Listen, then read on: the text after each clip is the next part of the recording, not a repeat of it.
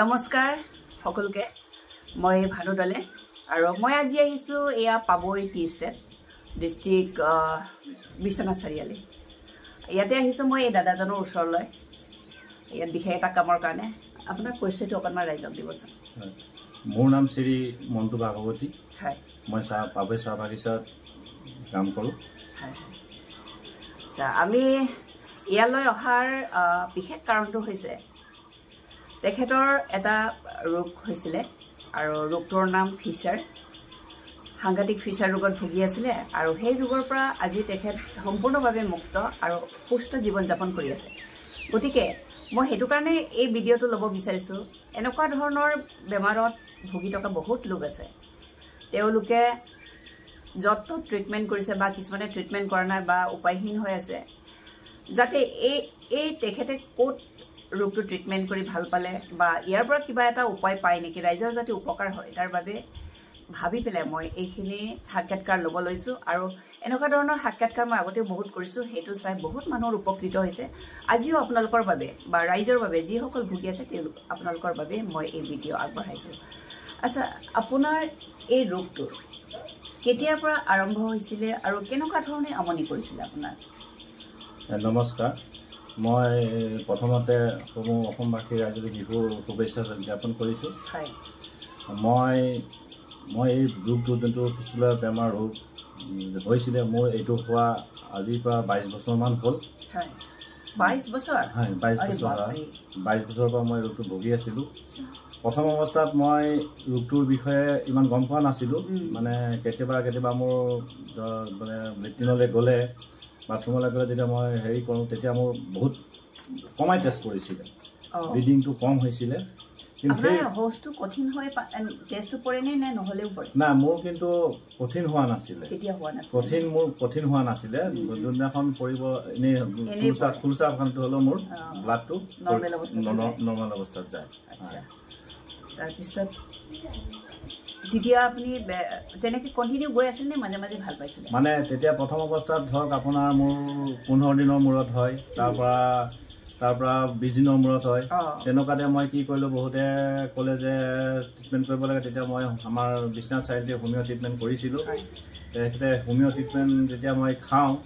খোৱাৰ লগে লগে ভাল হৈ যায় মই ভাবোঁ কিজানি বেমাৰটো ভাল হৈ গ'ল কিন্তু নহয় আকৌ ধৰক 10-15 দিনৰ পিছত আকৌ মোক সেই বেমাৰটোৱে আকৌ দেখাই দিয়ে তাৰপিছতে মই শংকিত হৈ পৰিছোঁ যে এইটো কি হৈ আছে মই যে লেট্ৰিনলৈ গ'লে টেষ্ট কৰে কি হৈ আছে তেনেকৈ ভাবি মোৰ মানে সঘনাই হ'বলৈ ধৰিলোঁ ব্লাডটো সঘনাই পৰিব ধৰিলে আগতে যিমান 10-15 দিনৰ মূৰত হৈছিলে তাৰপিছত আপোনাৰ কমাই আহিছে ঘনে হ'বলৈ লৈছে তাৰপিছতে মই বহুতো হোমিঅ' চিকিৎসা কৰিলোঁ তাৰপিছতে কিছুমানে মোক পৰামৰ্শ দিলে এটা কাম কৰ তই অসমীয়া ঔষধ খা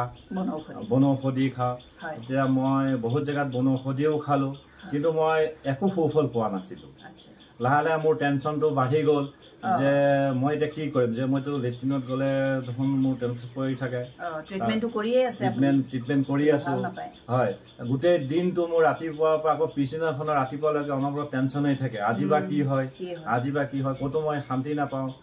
মানে ক'তো যাব নোৱাৰা হ'লোঁ মই ঘৰতে মই থাকিবলগীয়া হৈছিলে তাৰপিছতে মই আকৌ সোমাই গ'লে আয়ুৰ্বেদিক ট্ৰিটমেণ্ট কৰিবলৈ তেতিয়া মই আয়ুৰ্বেদিকৰ ডক্টৰৰ ওচৰতো গ'লোঁ তেখেতসকলেও দেৱাই খালোঁ তেখেতসকলেও খাই পেলাই ভাল পাওঁ কিন্তু সেই এৰি দিয়াৰ লগে লগে ধৰক বেমাৰটোৱে আকৌ দেখা দি দিয়ে এনেকৈ মোৰ হৈ কণ্টিনিউ বাঢ়ি গৈ আছিলে বেমাৰটো মানে মোৰ বেছিকৈ টেষ্ট আগতে যদি ধৰক 15 দিন তাৰপিছত মোৰ মানে হ'লে একেবাৰে 3-4 দিন কণ্টিনিউ কৰিব ল'লে তাৰপৰা মই ভাবিছোঁ যেতিয়া মই কি কৰোঁ মই ক'ত যাওঁ কি কৰোঁ মোৰতো এনেকৈ হ'লে দেখোন মোৰ মানে বাচি থকাৰ এটা মানে হেৰি নাইকিয়া হৈ গ'ল দেখোন সদায় যদি ব্লিডিং হৈ থাকে তেতিয়া দেহাটো কি হ'ব কোনো কাম কৰা নাই ইফালে মোৰ ডিউটিটো মই যাব লাগে বাগানৰ ডিউটি অকণ বেছিকৈ ডিউটি কৰিব তালৈও যাব লাগে তেতিয়া ডিউটিত গ'লেও মোৰ মানে মন নোহোৱা হৈ গ'ল ক'তো মানে খালি বেমাৰটোৰ ওপৰতে চিন্তা কৰি থাকিবলগীয়া হ'ল যে ক'ত ভাল পাম কি কথা এনেকৈ মোৰ বেমাৰটো বেছি হ'ব ধৰিলে লাহে লাহে তাৰপিছতে কি কৰোঁ কি নকৰোঁ এনেকৈ মোৰ ধৰক 15-20 বছৰমান পাৰ হৈ গ'ল মই এলোপেথিকো কৰিছিলোঁ এলোপেথিকো মই বহুত কৰিলোঁ কিন্তু এলোপেথিকৰ পৰা মই কোনো সুফল নাপালোঁ মই কোনোতে সুফল নাপালোঁ মানে হয় আকৌ ভাল হয় কিন্তু আকৌ হৈ যায় মানে তাৰপিছতে মই চিন্তা কৰি থাকোঁতে মানে মোৰ ওচৰত এজন দেৱতা হিচাপে এজন মানুহ আহিলে সেই মানুহজনক মই প্ৰথম দেখা পাইছিলো এনেকে ইউটিউবতে মই দেখা পাইছিলো তেখেত হৈছে ডক্টৰ আমাৰ ইউসুফ ছাৰ তেখেতক মানে লগ পালো লগ পাই পেলাই মই এনেকে ভিডিঅ' চালো যে বহুত মানুহে এনেকে এইটো ট্ৰিটমেণ্ট কৰি পেলাই ভাল পাইছে ভিডিঅ' পালো তাৰপিছত মই ভাবিলো চাওঁচোন কৰি পেলাই যে বহুতে যেতিয়া কৰি আছে ময়ো চেষ্টা কৰি চাওঁ তেতিয়া মই কি কৰিলো লগে লগে ফোন নম্বৰ দিয়া আছিলে তাতে মই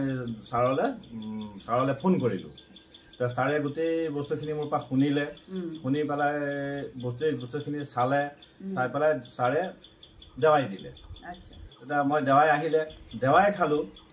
দেৱাই খোৱাৰ 4 দিনৰ পিছৰ পৰা মই তাৰ ৰিজাল্টটো পাব ললো হয় 4 দিন দেৱাই খোৱা মোৰ 4 দিন হৈছে 4 দিনৰ দিনাখনৰ পৰা দেখিছো যে মোৰ ব্লাড প্ৰেছাৰটো কম হৈছে হয় তাৰপিছত মই খাওঁতে দেৱাইটো কিন্তু মই ছাৰে যেনেকৈ কয় তেনেকৈ খাওঁতে মোৰ দেখিছো যে ব্লাড নপৰা হৈ গৈছে দেখোন হয় তাৰপিছতে মই কি কৰিলো ছাৰে ফুটিলো ছাৰে দেৱাই কণ্টিনিউ খাব লাগিব মানে কি কৰিব কৈছে আপুনি 3 মাহ খাওকচোন ছাৰে মোক ক'লে আপুনি 3 মাহ খাইছে তাৰপৰা দেখিলো যে মোৰ ব্লাড প্ৰেছাৰটো নাই হঠাৎ দেখিছো যে ব্লাড প্ৰেছাৰ এসপ্তাহ 2 সপ্তাহ 3 সপ্তাহ 4 সপ্তাহ তেতিয়া মোৰ ব্লাড প্ৰেছাৰটো টোটেলি বন্ধ হৈ গ'ল মোৰ এইটো কাম দিছে এতিয়া মোক তাৰপিছতে আকৌ ছাৰ ক'লো ছাৰ দেৱাই মইতো এতিয়া ভাল পাইছো এতিয়া কি কৰোঁ ছাৰ দেৱাই দিব নি ছাৰে কৈছে না আপুনি আৰু এপালি খাই লওক আপোনাৰ যিটো বেছি হৈছিলে আপুনি মূৰ দাঙি উঠিব নাই আপুনি আৰু এবাৰ কৰ্চটো কৰি লওক মই ক'লো ছাৰ ঠিক হ'লে পঠিয়াই দিয়ক দেৱাইটো সেয়া দেৱাই খালো খাই পেলাই মোৰ মানে এতিয়া পাইলছৰ বেমাৰ আছিল নেকি মই এতিয়া ফিলিংছ নকৰা মই এতিয়া মোৰ যে পায়খানা গ'লে ভয় আছিলে মোৰ যিটো এটা মোৰ মানে বিৰাট ভয় লাগিছিলে যে মই আজি পায়খানা গ'লে টেষ্ট পৰিব নে নপৰিব এটা চিন্তাত পৰি গৈছিলো সেই চিন্তাটো মোৰ এতিয়া নাইকিয়া হৈ গ'ল মই এতিয়া লেট্ৰিনত যোৱাৰ সময়ত কোনো মানে নাহে যায় ধুনীয়াকৈ হয় আই ধুনীয়াকৈ হেৰি কৰিলো খালো কৰিলো ওলাই গ'লো আৰু চবতকৈ মোৰ ডাঙৰ প্ৰব্লেম এটা হৈছিলে কি জানেনে মই ক'তো মোৰ নিজৰ আত্মীয় ঘৰটো মই ৰাতি থকাকৈ যাবলৈ টান পাইছিলো সেই সময়ত ৰাতিপুৱা আকৌ হৈ যায় মোৰ নিজৰ আত্মীয় ঘৰটো যাবলৈ মই টান পাইছিলো কিন্তু এতিয়া মই একদম সুস্থ মই ছাৰক মানে কৈছো নহয় ছাৰক মই ভগৱানৰ নিচিনা লগ পালো ছাৰৰ দেৱাই খাই মোৰ আজি 3 বছৰ হৈ গ'ল ভাল পোৱা মোৰ 3 বছৰ হৈ গ'ল মই 3 বছৰ আগৰ পৰা দেৱাই খাইছিলো ছাৰৰ আজি 3 বছৰ হৈ গ'ল 3 বছৰৰ পৰা আজিলৈকে মোৰ টেষ্ট ব্লাড কোনো পৰা নাই কোনো ব্লিডিং চিডিং নাই মই বহুত দেৰিকে আমি আজি সাক্ষাৎকাৰটো লৈছো কাৰণ দূৰ আমি থাকো গুৱাহাটীত আৰু তেখেত আছে ইয়াত বিশ্বনাথ চাৰিআলিত গতিকে আহুকে আমিও আহিব পৰা নাছিলো আৰু তেখেতেও তেনেকে তাত মানে গুৱাহাটীত গ'লেও সেইখিনি সময়ত আমি গম পোৱা নাছিলো আচলতে আজি এই সুযোগতে লৈছোগে আৰু বিৰাট ভাল লাগিল আপোনাৰ ইমান এটা ডাঙৰ টেনচন যে ছাৰে ভাল কৰি দিছে মানে ছাৰক মই ভগৱান বুলি কওঁ মই ছাৰ যে মোৰ কাৰণে ভগৱান মোক এনেকুৱা এটা বেমাৰৰ পৰা উদ্ধাৰ কৰি দিলে ছাৰে মোৰ কাৰণে এতিয়া ভগৱান ছাৰৰ দেৱাই খুৱাই মই এতিয়া সম্পূৰ্ণৰূপে সুস্থ মোৰ কোনো এতিয়া প্ৰব্লেম নাই এইখিনি কথাৰ কাৰণে মই ইমান দূৰ আহি পেলাই এই সাক্ষাৎকাৰটো লৈছো আপোনালোকৰ বাবে কাৰণ বহুতে চাগৈ তেখেতৰ দৰে দুশ্চিন্তাত ভুগি আছে বহুতে চাগৈ চিন্তাত আছে যে মই কি কৰিম জীৱনত মোৰ নহ'ব নেকি ভাল মই এনেকেই মৰি যাম নেকি মোৰ ল'ৰা ছোৱালী মোৰ ফেমিলি কি হ'ব বহুত মানুহ আছে এনেকুৱা কান্দি পেলাই মানে নিজৰ ল'ৰা ছোৱালীক নিজৰ ফেমিলিৰ লগত চমজাই দিয়া মানুহ আছে তেখেতসকলেও তেনেকুৱা ভাল পাইছে আৰু তেখেতে ভাল পাইছে গতিকে আপোনালোকে যদি এনেকুৱা ৰোগত ভুগি আছে ফিচাৰ ৰোগটো আপোনালোকে বহুতে জানে চাগে যে টেষ্ট পৰে কোনো পায়খানা টান নোহোৱাকৈ টেষ্ট নিজে নিজে মলদ্বাৰৰ পৰা নৰ্মেল অৱস্থাটো টেষ্ট যায় আৰু পাইলছ ফিস্টুলা এইবিলাকতো আছেই যিকোনো ৰোগ যদি আপোনালোকৰ এনেকুৱা ৰোগত ভুগি আছে তেতিয়াহ'লে ডক্টৰ কামাল ইউছুফ ছাৰক আপোনালোকেও যোগাযোগ কৰক আৰু তেখেতৰ দৰে সুস্থ জীৱন যাপন আপোনালোকেও কৰকগে গতিকে ছাৰক যোগাযোগ কৰিবৰ কাৰণে মই নাম্বাৰটো ইয়াতে দি দিছো ছাৰৰ নাম্বাৰ হৈছে 9864026192 আকৌ এবাৰ কৈছো 9864026192 এই নাম্বাৰত ছাৰক যোগাযোগ কৰক ভিডিঅ' চোৱাৰ লগে লগে যাৰ এনেকুৱা প্ৰব্লেমত ভুগি আছে আপোনালোকে ছাৰক যোগাযোগ কৰক